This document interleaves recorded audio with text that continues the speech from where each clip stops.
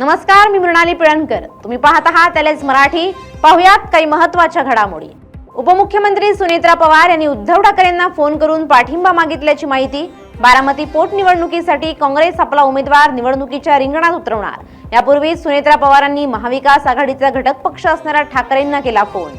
नाशिकच्या दिंडोरी परिसरात रात्रीच्या सुमारास कार विहिरीत पडून 9 जणांचा दुर्दैवी मृत्यू. महायुतीचे मंत्री गिरीश महाजन आणि नरहरी झिरवाळ यांनी घटनास्थळी धाव घेत केली पाहणी. नाशिकच्या दिंडोरीत कार विहिरीत पडून 9 जणांचा दुर्दैवी मृत्यू. या प्रकरणी विहीर मालक राजेंद्र राजे यांच्यावर सदोष मनुष्यवधाचा गुन्हा दाखल. धाराशिव जिल्ह्यात रात्री 7 ते 9 दरम्यान घराघरातील टीव्ही राहणार बंद. जिल्हा परिषद अध्यक्ष अर्चना पाटील यांची घोषणा. उल्हासनगरातील खासगी कंपनीत काम करणाऱ्या सफाई कर्मचाऱ्याच्या पगारातून ईएसआय साठी कपात, तरीही दर्जेदार उपचार नाहीत. उल्हासनगरातील सफाई कामगारांचा आरोप. नवी मुंबईच्या एपीएमसी फळ बाजारात लाल कलिंगड सोबत आता पिवळ्या कलिंगडची आवक वाढली. ग्राहकांचा कलिंगड खरेदीला मोठा कल. यवतमाळच्या मारेगाव तालुक्यात एसी हॉलमध्ये लग्न लावण्याचा हट्ट नवरदेवाला भोवला. नवरीच्या कुटुंबाच्या तक्रारीनंतर चौघांवर गुन्हा दाखल.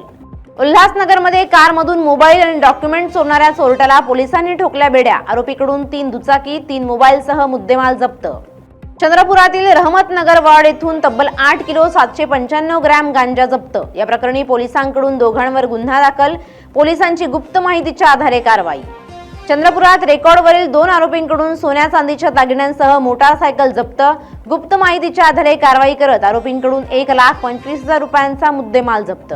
या होत्या आताच्या घडीच्या काही महत्त्वाच्या बातम्या. अशाच महत्त्वाच्या बातम्यांसाठी पाहत रहा एलएस मराठी.